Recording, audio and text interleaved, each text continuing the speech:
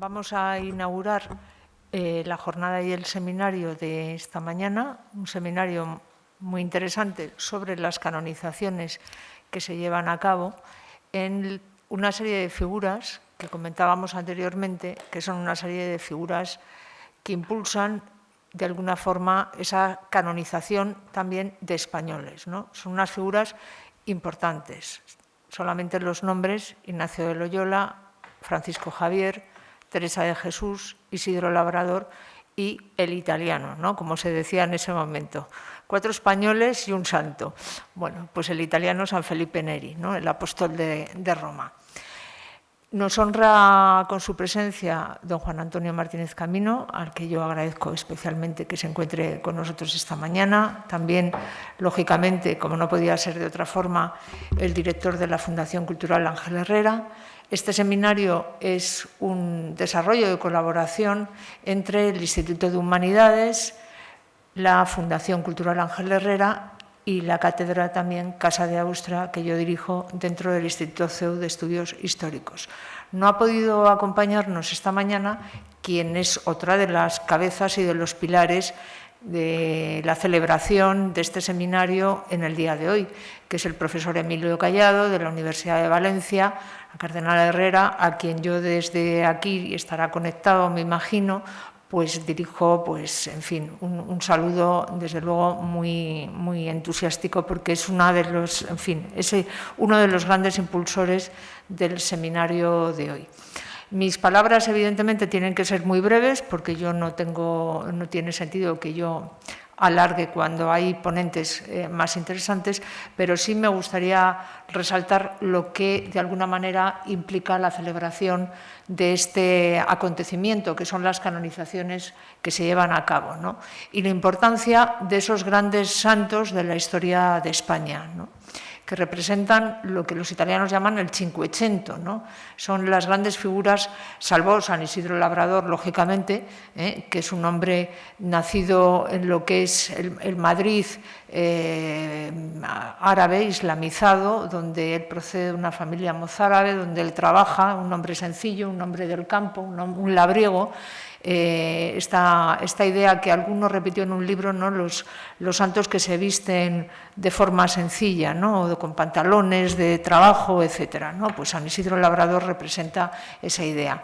Y luego tenemos las otras grandes figuras. Yo me eduqué en un colegio de teresianas, las teresianas de San Enrique de Osó, y claro, aquello de las moradas y tal, pues eso ha marcado mi propia infancia y mi juventud, ¿no? Nada te turbe, nada te espante, ¿no? Pues de alguna forma Santa Teresa, andariega, es la gran también figura del siglo XVI, la gran mística del siglo XVI, con San Juan de la Cruz también, ¿no? Recuerdo a San Juan Pablo II con esa importancia que daba a los místicos españoles, ¿no? Y qué decir de la figura de San Ignacio de Loyola, ¿no? San Ignacio de Loyola representa la creación de la Compañía de Jesús. A mí me casó un jesuita, debo decirlo, un jesuita elegido, ¿no? Porque era el padre Luis Moreno García de Lorrán, ya fallecido hace muchísimos años, pero a quien profesó pues una auténtica fidelidad y que conocían unos ejercicios ignacianos, ¿no? Como tenían que ser los de la época. Y la importancia de la Compañía de Jesús, la importancia de esa compañía al servicio de la monarquía hispánica, que abre también esas vías, y en esa otra vía se encuentra ya San Francisco Javier, de familia navarra importante, por segundo apellido Azpilicueta, que es una de las familias importantes en Navarra en esa época, abre la vía de esas evangelizaciones que se produce y que lleva a cabo la Compañía de Jesús por Japón, por China, etc. Abre un mundo a la evangelización, ¿no? Que es tan importante, que a mí me gusta pensar que la monarquía hispánica fue algo más que una dominación al estilo de las que se han producido históricamente, porque lo que llevó a cabo fue una obra civilizadora, y de alguna manera también en eso representó la importancia de esa compañía que abre los caminos, que uno de los grandes exponentes es las reducciones jesuitas del Paraguay, que es una obra de civilización, desde luego. Y el propio San Francisco Javier lo que hace son este año que también se conmemora Nebrija, ¿no? La gramática de Nebrija, esas traducciones que se hacen de los idiomas esas poblaciones indígenas a dónde van, las traducciones al castellano. No imponen el castellano, no imponen el español como el idioma, sino que se preocupan de establecer ese vínculo y recoger, si no se hubieran perdido, muchas de las lenguas originarias, ¿no? Que es una obra también muy importante y que la Compañía de Jesús lleva a cabo desde el inicio, ¿no? Entonces, hoy estamos aquí para conmemorar no solamente las canonizaciones, lo que representaron, porque era la dignificación también y esa idea de que los santos eran importantes, era importante tener, lo hemos hablado hace un momento, santos dentro del contexto de la época de la monarquía hispánica y de lo que esa monarquía representaba en su momento, pero también era importante ver la trayectoria de esos santos, la importancia que tienen, ¿no? Y cómo han seguido también, estamos a muchos años vista, pero si yo recuerdo la idea de Santa Teresa o San Ignacio, porque eso ha formado parte de la infancia, de la juventud, incluso de nuestra propia vida madura ya de adultos, estos santos que han supuesto de alguna manera algo tan importante, ¿no? No hay que destacar la importancia de la Compañía de Jesús porque España no se entiende sin la Compañía de Jesús y la monarquía hispánica, lo que fue, no se entiende sin esa Compañía de Jesús, pero tampoco se entiende sin la obra de teresiana, la obra de Santa Teresa y esa figura de San Isidro que es tan importante. Y me olvido de San Felipe Neri, pero tengo que hacer patria, que es algo que se hace poco, pero yo tengo que hacer patria, ¿no? Eso lo decía Unamuno, hacer nación, ¿no? Yo hice la tesis sobre Unamuno y eso también me marcó, ¿quién lo iba a decir? Bueno, y sin más, yo voy a presentar al ponente que nos acompaña en un primer lugar, a don Fermín Lavarga García, profesor ordinario de Historia de la Iglesia en la Facultad de Teología, director del Instituto Superior de Ciencias Religiosas de la Universidad de Navarra, investigador principal del Grupo de Investigación Trento en el mundo hispánico, renovación individual, social y cultural, importantísimo. Ya tendremos ocasión de hablar de esto porque me parece esto bastante interesante. Ha impartido clases y conferencias en numerosos lugares de España y Hispanoamérica y ha publicado más de medio centenar de artículos en obras colectivas, diccionarios y revistas y monografías, contándose entre ellas la que lleva por título La Santa Escuela de Cristo, publicada por La Vaca.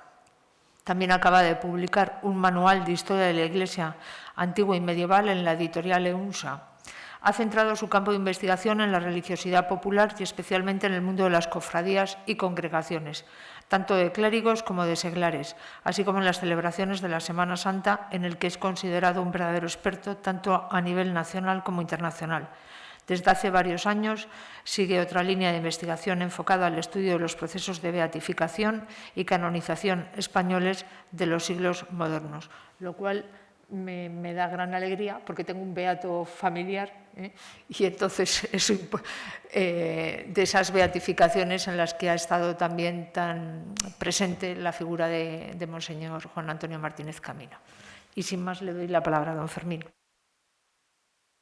Muy bien, pues muchísimas gracias por la presentación, muchísimas gracias a Fernando Lostao, a Emilio Callado, que me invitó, a los asistentes, al resto de los ponentes y a quienes nos siguen en esta jornada sobre esa gran canonización del año 1622 que, como todo evento histórico, tuvo una gestación compleja. Una gestación, podríamos decir que compleja, porque aportó una serie de novedades que la hicieron única por muchos aspectos. Bien, primero tendríamos que considerar un hecho. A pesar de la importancia objetiva de España en la Iglesia Católica, el número de santos incorporados al calendario universal en el siglo XV era escasísimo, escasísimo. Santos españoles que tuvieran una presencia en el calendario de la Iglesia Universal, tenemos los mártires antiguos,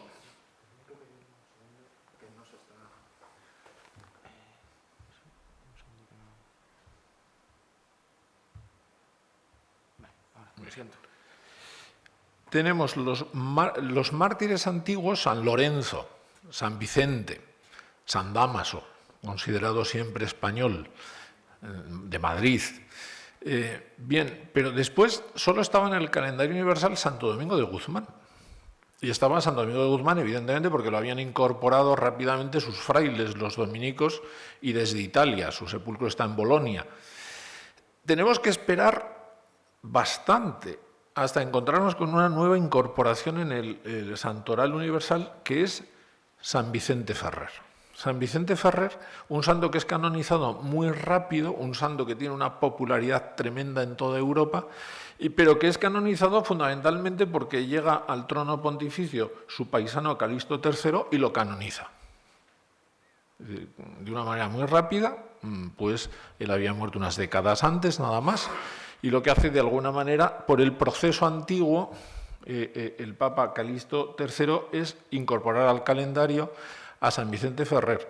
Durante toda la Edad Media, la gestación de la subida a los altares de aquellos que morían con fama de santidad estaba muy relacionada fundamentalmente con el culto local que se les tributaba. Eran los obispos los que durante la Edad Media reconocían la santidad fundamentalmente a partir de los milagros.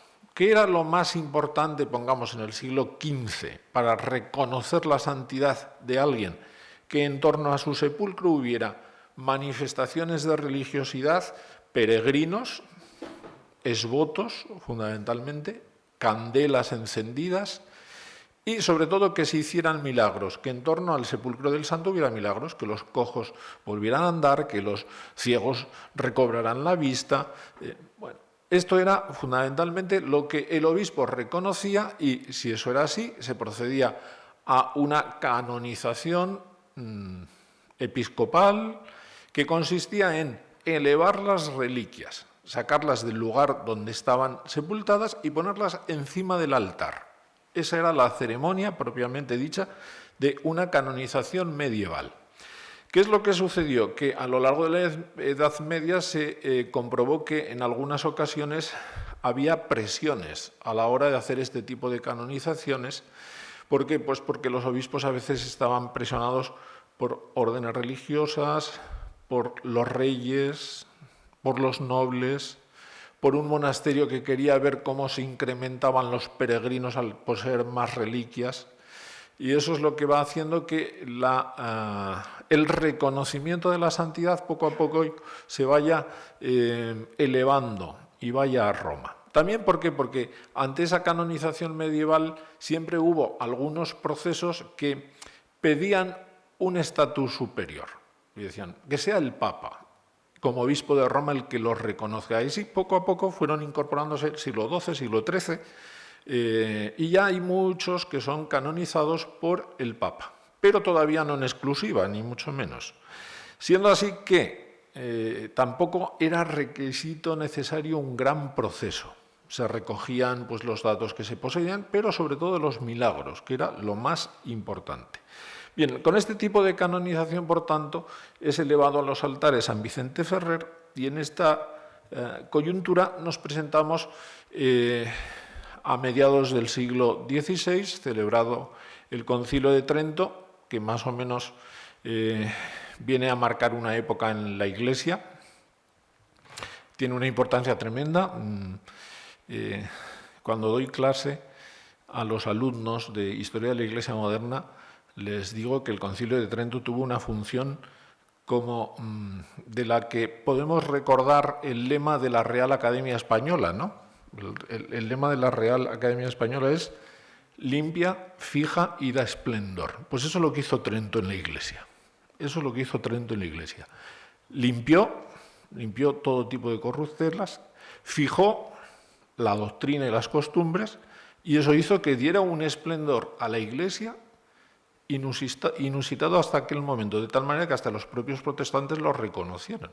La vitalidad con la que la Iglesia sale del concilio, a pesar de las dificultades de ponerlo en práctica. Como todo concilio, tuvo un posconcilio. A veces parece que solo hay el posconcilio Vaticano II, pero también hubo un posconcilio de Trento, que supuso también una serie de conflictos, podríamos decir, a veces competenciales. Porque el Concilio de Trento reforzó mucho la autoridad episcopal.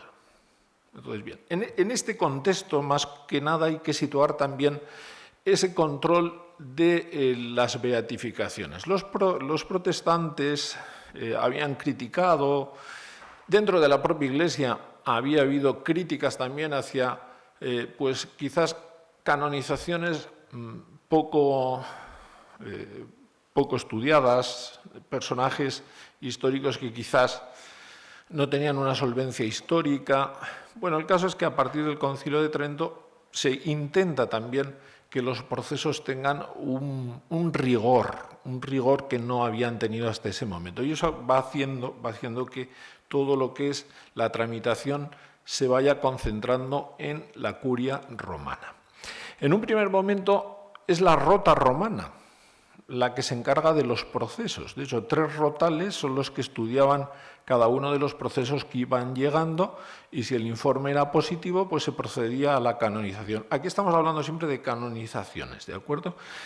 Algunos fueron muy importantes. Por ejemplo, ahí les he puesto a Alfonso Manzanedo, que fue uno de los rotales españoles que más importancia tuvo por la participación también en algunos de los procesos de beatificación de los canonizados en 1622. Bien, lo cierto es que, como digo, es la rota romana la que se encarga de los procesos. Hasta que en el año 1588 el Papa Sixto V instituye una nueva congregación que se va a llamar Congregación de Ritos, que se va a encargar de todos los asuntos litúrgicos, pero también de todo lo relacionado con las causas de canonización.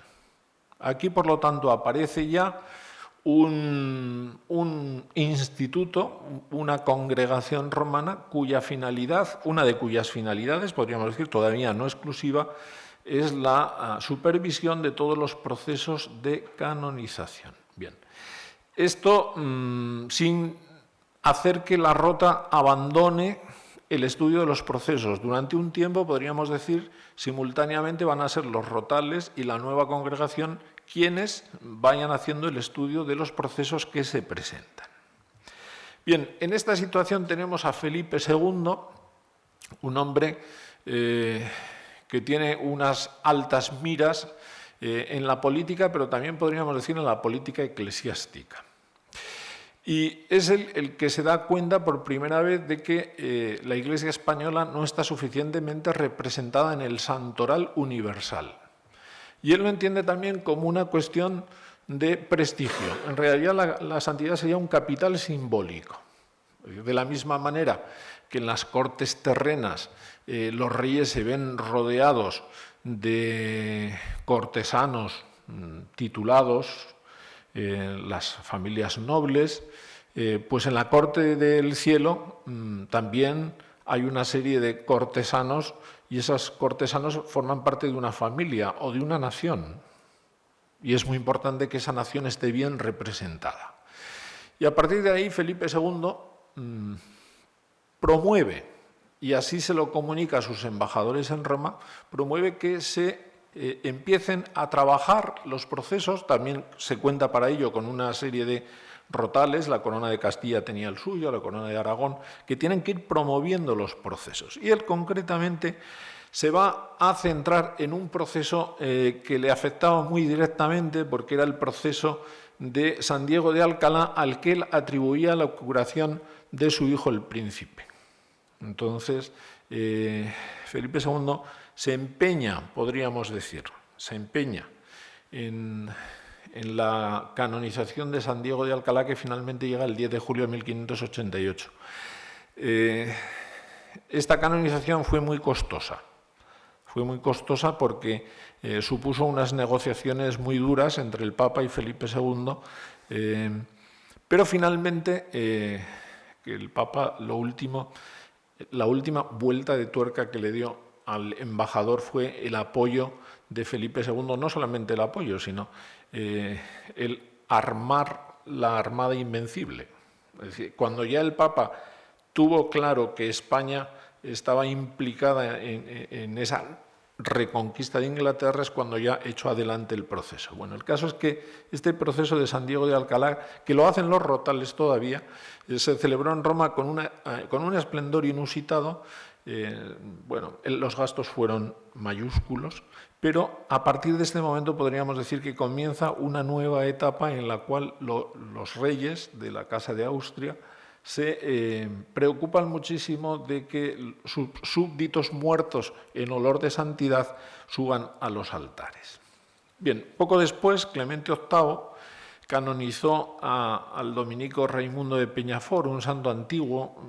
Fue también la orden de los dominicos, pero con el apoyo también de la Casa Real, los que llevan adelante esta canonización, y el primer beato español, Juan de Sahagún, beatificado el 19 de junio de 1601. Me interesa pararme en esto porque a partir de aquí entramos ya en un nuevo estadio en los procesos de santidad que nos hacen hablar de una época nueva.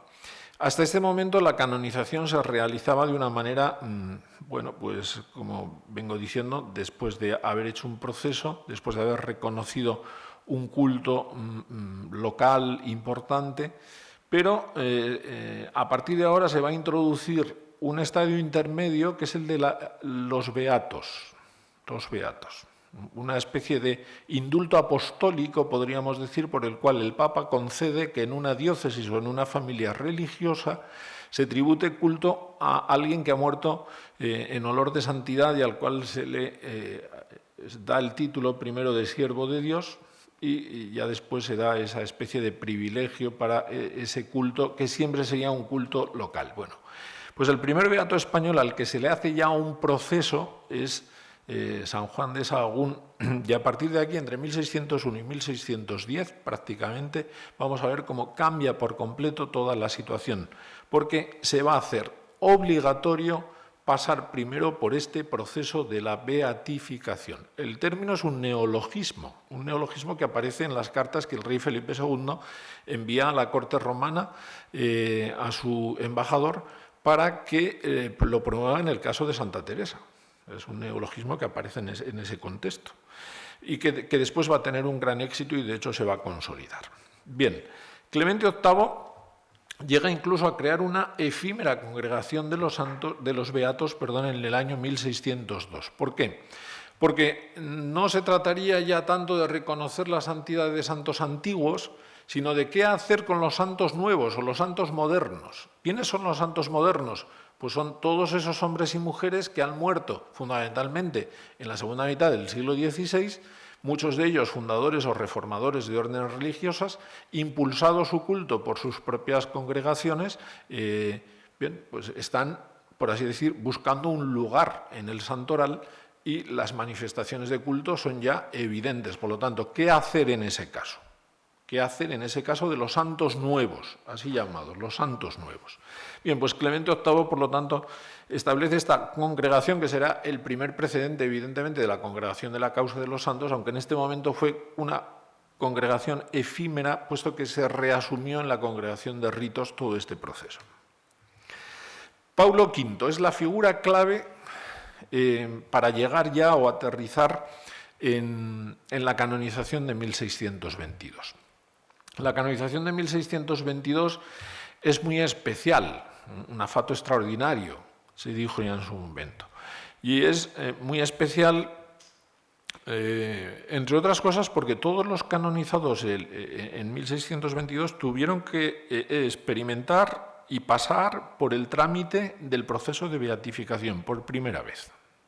O sea, los cinco canonizados en 1622 ya tuvieron que realizar previamente el expediente de beatificación. Las relaciones entre los pontífices y la monarquía hispánica pues tuvieron sus más y sus menos. Dependía un poco de la capacidad de entenderse entre el Papa y el Rey, entre el cardenal Nepote y el ministro plenipotenciario en Roma, en fin, el embajador, dependía de muchos factores, también de intereses políticos, evidentemente, pero bueno, se puede decir que Paulo V fue uno de los papas que congenió mejor, podríamos decir, con la política española. De hecho, hay un dato interesante, y es que de las 13 beatificaciones que realizó Paulo V, 8 fueron de españoles. que es un porcentaje realmente altísimo.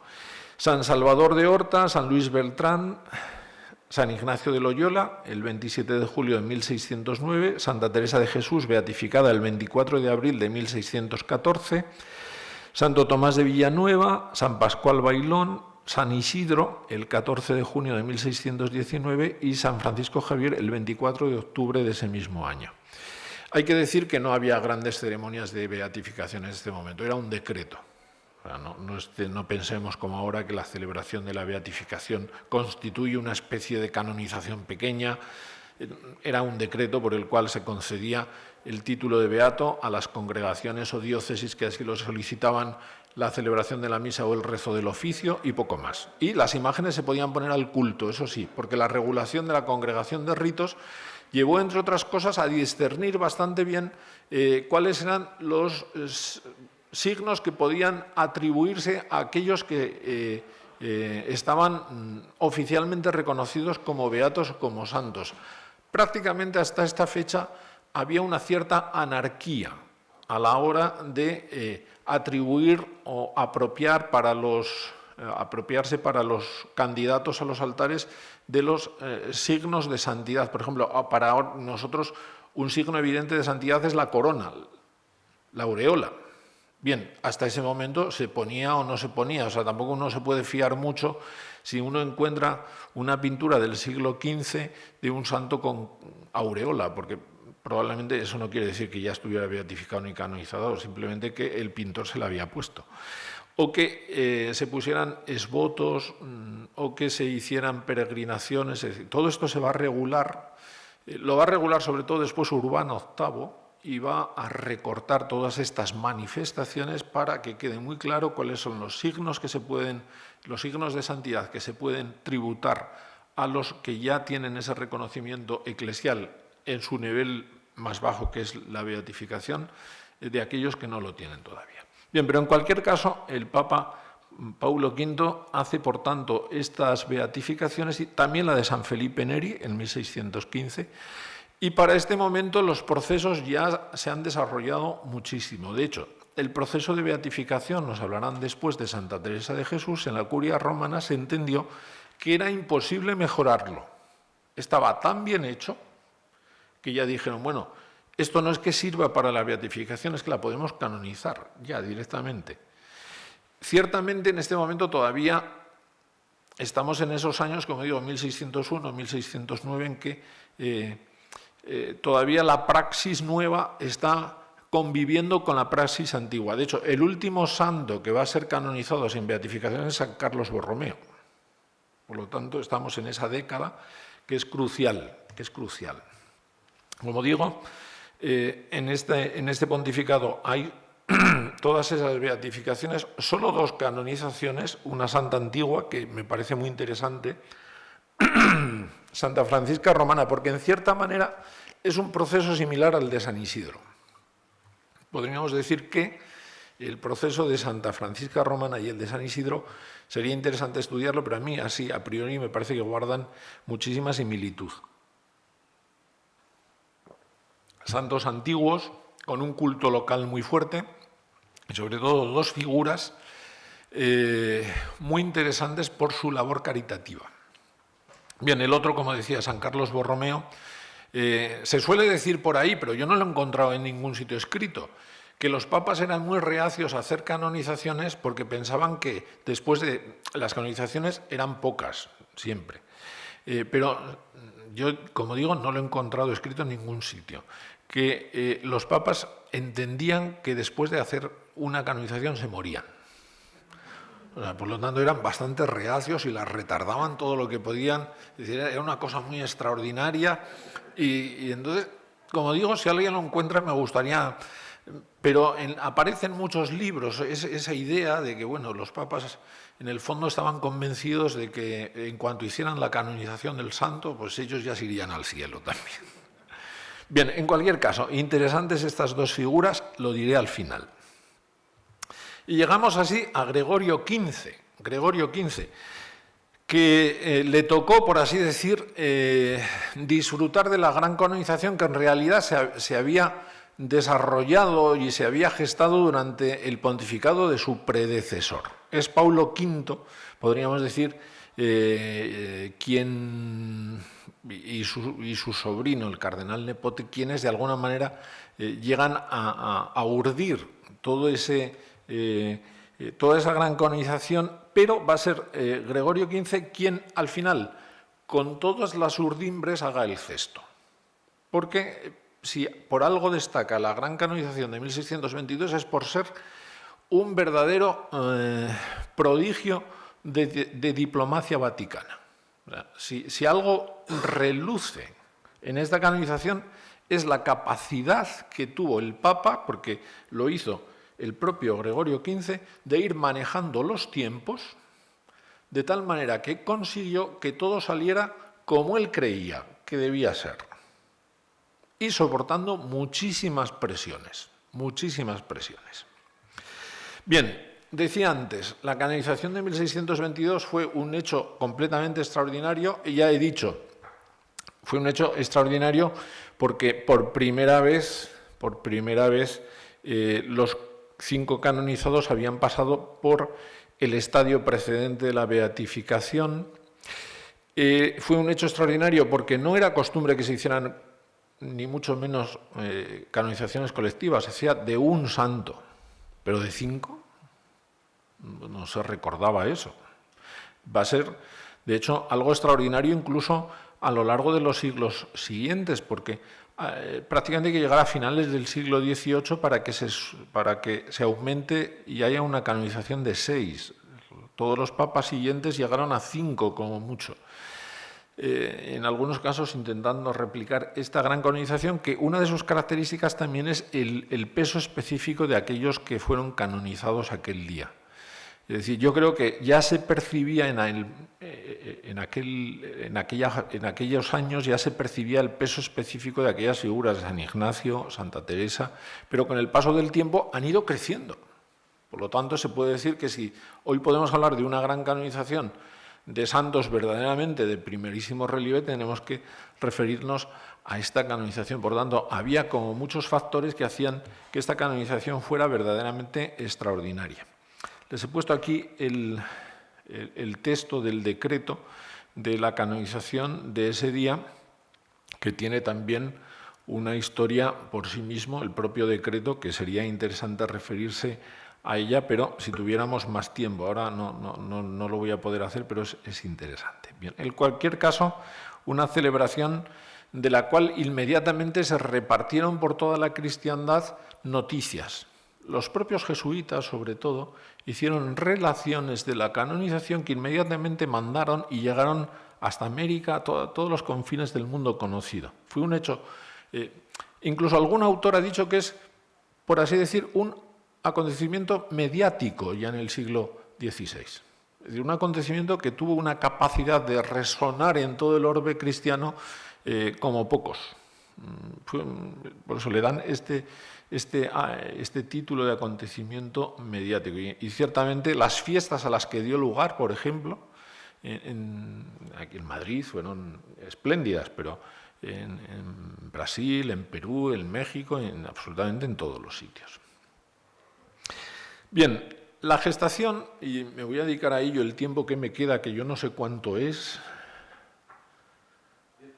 10 minutos, pues voy a tener que ir muy deprisa, pero bueno, en cualquier caso, si no, yo tengo escrito un artículo bastante largo que se publicó en Anuario de Historia de la Iglesia en el número de 2020, junto con la mayor parte de los ponentes de esta jornada que ya nos coordinamos para aquella ocasión, sobre la gestación de sobre la celebración de esta canonización de 1622. Fue, como decía antes, muy compleja y simplemente me voy a dedicar un poco a explicar sucintamente las fuerzas que intervinieron, por así decir, en una canonización que en principio iba a ser solo para San Isidro. Es decir, esta canonización estaba prevista y pactada con el Papa Paulo V para San Isidro. Nada más. Paulo V, pues podríamos decir que llegó a entenderse bastante bien con la Corte de Madrid y dio paso, aunque al principio estaba muy reacio, e incluso en un momento dado al embajador en Roma le dice que se contente con la beatificación. O sea, el embajador inmediatamente, una vez beatificados todos los Santa Teresa, San Ignacio, todos, el embajador rápidamente iba a pedir la canonización. Entonces, en el caso de San Isidro, el embajador escribió una carta diciendo, un poco desolado realmente, diciendo, el Papa me ha dicho que en realidad no está dispuesto a más. Pero bueno, ahí empezaron una serie de negociaciones. El Papa, entre otras cosas, pidió que se hiciera bueno, pues algún gesto hacia la familia Borghese. Con este Papa Pablo V el nepotismo vuelve otra vez a ponerse en primer... Bien, en cualquier caso, pues simplemente a su sobrino Marco Antonio el Papa pedía para él que le hicieran grande de España. Entonces el rey dice, vale, pues sí, eso es lo que pide, lo hacemos grande de España y adelante. Y entonces ahí cambiaron bastante las cosas. De tal manera que comenzó a hacerse cargo de la causa de canonización el cardenal Tiberio Muti, o Moto, dicen los documentos, y avanzó bastante, avanzó la causa bastante, sobre todo porque, como digo, ya se habían hecho las de beatificación y prácticamente ya estaba todo hecho. Simplemente se trataba de completarlas un poco y añadir milagros que podrían haber sucedido después de la beatificación, pero aquí estamos en una beatificación en 1619, es que era prácticamente inmediato. Bien, ciertamente, de esto hablará después María José, Madrid necesitaba un santo, era ya la villa y corte.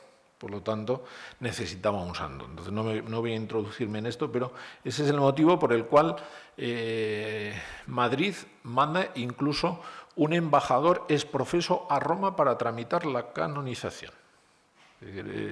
Que se le paga, está allí permanentemente, dedicado exclusivamente Diego de Barrio Nuevo. Entonces, está allí en Madrid, está en Roma, pagado por la Villa de Madrid, y allí se dedica a gestionar, a visitar cardenales y a hacer todo lo posible para que se adelante lo más posible esa canonización que deseaba el rey Felipe III. O sea, una de las últimas cosas que hace antes de morir Felipe III es escribir una carta al Papa pidiéndole la canonización de San Isidro. Es de las últimas cosas que hace. Entonces, bueno, pues como digo, la corte se entiende bastante bien con el cardenal Borghese y con el propio Pablo V, y eso hace que fluya bastante bien esta canonización, que en principio iba a ser como una más de aquel momento. Bien. ¿Qué es lo que sucede? Que Pablo V muere. Entonces es elegido un nuevo Papa, Gregorio XV, y ahora todo depende de qué va a querer el Papa. El Papa nos va a pedir algo, no nos va a pedir algo, va a parar la canonización, no la va a parar. Por otra parte, también muere Felipe III. O sea, hay un cambio, podríamos decir, tanto en la cabeza de la Iglesia como en el rey de España. Es electo Felipe IV. Felipe IV sigue con la tarea que había hecho su padre de pedir la canonización de San Isidro, y Gregorio XV lo acepta.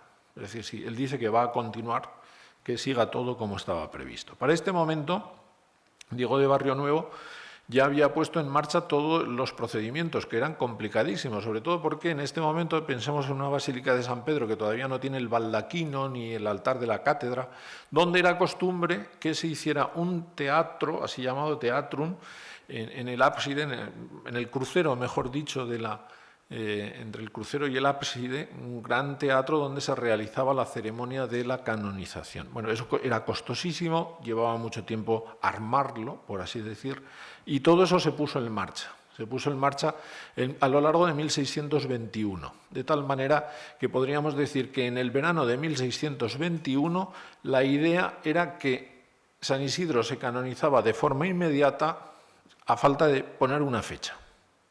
Y por el momento no se hablaba de nada, hasta que en ese mismo verano, por presiones fuertes de los carmelitas, que han movido varias cortes, la de España, pero también la corte de Austria y algunas otras, empieza a sonar que probablemente en esa canonización de San Isidro pueda entrar también Santa Teresa. Entonces, la segunda que aparece en el horizonte de la canonización es Santa Teresa. Bueno, aquí les he puesto estas imágenes de lo que fue el teatro de la celebración. Y como digo, es Santa Teresa la segunda que aparece fundamentalmente por las buenas gestiones que realiza este fraile carmelita tan importante, que es el padre Jesús María Ruzola, que tiene un gran ascendiente sobre el Papa, sobre Gregorio XV, y va a ser el que de alguna manera consiga que se acelere el proceso de la canonización. También el padre Ruzola tuvo fue muy hábil porque consiguió que las mujeres se entrometieran y con sus buenas gestiones aceleraran la canonización. ¿De qué mujeres hablo? Pues la mujer del embajador, por ejemplo, o la gran duquesa de Toscana, de familia española. Pues todas ellas, muy afectas a los carmelitas, empezaron a pedirle al Papa, bueno, la cuñada del Papa también, por ejemplo, una cuñada del Papa, pues le insistía todos los días, hasta que al final dijo, bueno, que sí, que la voy a canonizar. Se decía que sí, que la voy a canonizar. Entonces, esto el padre Ruzola lo cuenta. Dice, ya por fin hemos conseguido. Claro, a Diego de Barrio Nuevo no le gustó nada que apareciera Santa Teresa, porque además los carmelitas querían que fuera en primer lugar. Claro, esto ya aquí hay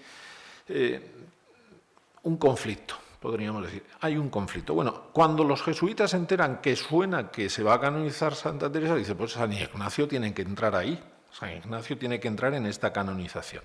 Y efectivamente, empiezan a prepararlo todo, empiezan a mover, y en este caso no solamente es que apoyen algunas, pues la provincia de Vizcaya, la provincia de Guipúzcoa, la propia orden, por supuesto.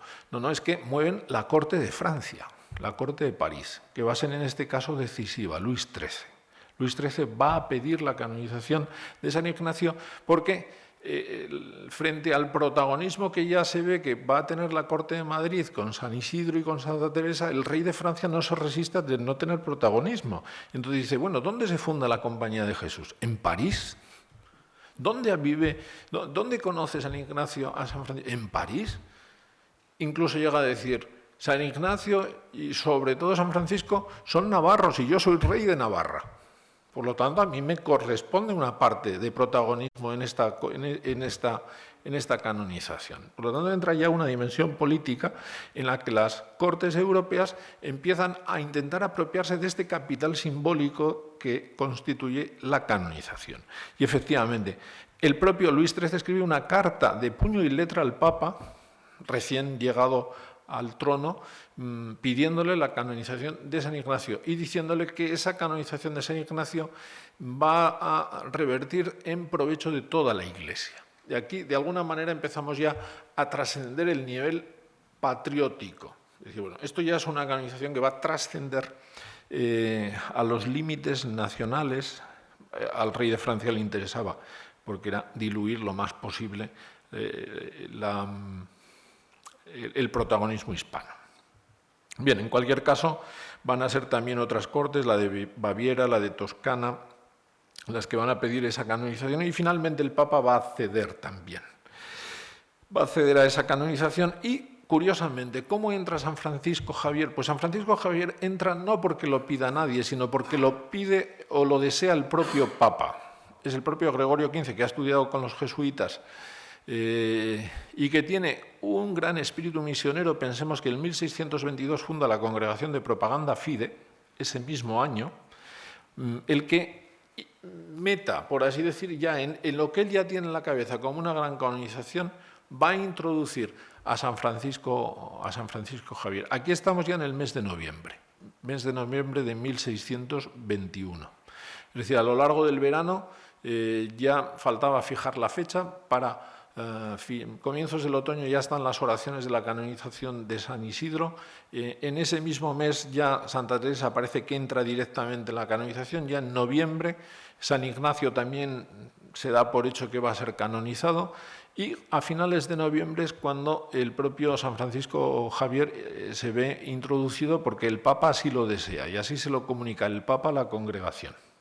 Entonces, claro, ante el deseo del Papa, pues nadie evidentemente pone ningún obstáculo. Y finalmente, ¿cómo entra San Felipe Neri? Pues San Felipe Neri entra porque ya estaba acabado el proceso y es la Congregación de Ritos la que le dice al Papa que sería bueno que la canonización no sea solo de españoles, es decir, que no sea solo de españoles. Y como ya estaba acabado este proceso, se introduce como el quinto, podríamos decir. Esto ya es mes de diciembre de 1621. Bueno, llegado este momento, el Papa tuvo que hacer toda una serie de complejos acuerdos para que la ceremonia resultara viable. En primer lugar, fue retrasando los tiempos ¿para qué? Para que en el mes de noviembre estuviera ya todo el teatro montado, donde solo había símbolos alusivos a Madrid y la monarquía hispánica, de tal manera que ya no daba tiempo a cambiarlo, porque si no además hubiera supuesto un coste enorme, y por lo tanto de esa manera evitaba que el rey de Francia intentara también colocar alguno de sus símbolos como promotor de la causa de San Ignacio y de San Francisco Javier. El teatro ya estaba hecho, en el teatro no hubo absolutamente ninguna representación de los otros santos fuera de San Isidro que los estandartes que se colgaron. Pero en todo el teatro estuvieron representadas las escenas de la vida del santo y por todos los sitios difundidos los emblemas de la Villa de Madrid y del rey de España. Entonces ya el Papa había conseguido esto, había conseguido la Compañía de Jesús introducir a San Ignacio de Loyola y sin buscarlo directamente San Francisco Javier, lo cual la Compañía estaba francamente muy contenta, porque eran 2 de 5. Los carmelitas aguantaron con gran dignidad que Santa Teresa fuera quedando relegada, podríamos decir, pero los carmelitas también tenían un deseo muy grande de no contradecir para nada al rey de Francia, porque querían seguir expandiéndose y para eso era necesario. También a los jesuitas les vino muy bien para reconciliarse, por así decir, porque la situación que tenían en Francia no era buena. Pero bueno, en cualquier caso, después puestos a hacer la canonización, para que San Isidro quedara el primero, se llegó a un acuerdo. No se iba, Próspero Lambertini en su gran obra sobre la canonización de los santos anota este caso y la praxis que se adoptó después, pero en este caso el criterio fue el de la fecha de nacimiento, para que quedara en el orden que se había pactado. De tal manera que San Isidro no había ninguna discusión, era el más antiguo, por lo tanto iba el primero, después iba San Ignacio, después iba San Francisco Javier, Santa Teresa y el último iba San Felipe Neri, en realidad. Bien, yo con esto voy a acabar. Simplemente se ha solido hablar de esta canonización como la gran canonización de los intereses hispanos. Yo no estoy tan de acuerdo, no lo niego, pero no estoy tan de acuerdo. De hecho, mi teoría es otra. Yo creo que esta canonización constituye la canonización de la Reforma católica. Es decir, todo ese esfuerzo que ha emprendido la Iglesia, de la que ha sido protagonista fundamental la Iglesia española y también la italiana, es canonizada. ¿Por qué? Porque en realidad tenemos la canonización de un santo antiguo, San Isidro, y de 4 santos nuevos, que son esos grandes protagonistas de la Reforma. El fundador de la Compañía de Jesús y de las nuevas órdenes religiosas, de clérigos regulares sobre todo, la gran reformadora de una orden antigua, que es Santa Teresa, el gran misionero, que es San Francisco Javier, es la nueva tarea de la Iglesia allende los océanos, y San Felipe Neri como representante de la reforma del clero. Ahora bien, diríamos, nos falta un obispo, ¿no? Bueno, aquí es donde yo quiero unir las 2 canonizaciones del pontificado de Paulo V, de tal manera que si a esta canonización de 1622 unimos las 2 anteriores, ¿qué es lo que tenemos? La canonización de San Carlos Borromeo, prototipo del obispo según el Concilio de Trento, y tenemos a San Isidro y a Santa Francisca Romana. San Isidro y Santa Francisca Romana son la tradición de la Iglesia, son los santos medievales. de la tradición de la Iglesia. Por lo tanto, en un concilio de Trento que frente al protestantismo ha reconocido como fuente no solamente la Escritura, sino la tradición, puede proponer dos modelos de santos de la tradición católica que precisamente han destacado por su labor caritativa. San Isidro Labrador y Santa Francisca Romana, de tal manera que, de alguna manera, representan también a los laicos, ambos tienen familia, por lo tanto tenemos obispos, religiosos, clero, pueblo cristiano, reformado en la tradición de la Iglesia. Y por eso yo creo que esta canonización tiene ese simbolismo que con el tiempo, pues yo creo que cada vez ha quedado más de manifiesto. Sin más, esta es un poco mi idea, es esa idea del 1622, compleja gestación de una canonización, pero de una canonización que tiene un simbolismo que trasciende el propio hecho de la canonización para ser el mejor símbolo del éxito de la Reforma católica. Muchas gracias.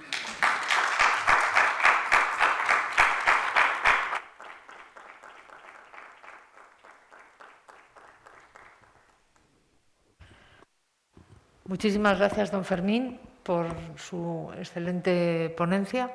Habíamos empezado con 4 españoles y un santo y hemos acabado con 4 santos y un italiano, lo cual está estupendamente. Así que seguimos con el programa, ¿no, Fernando?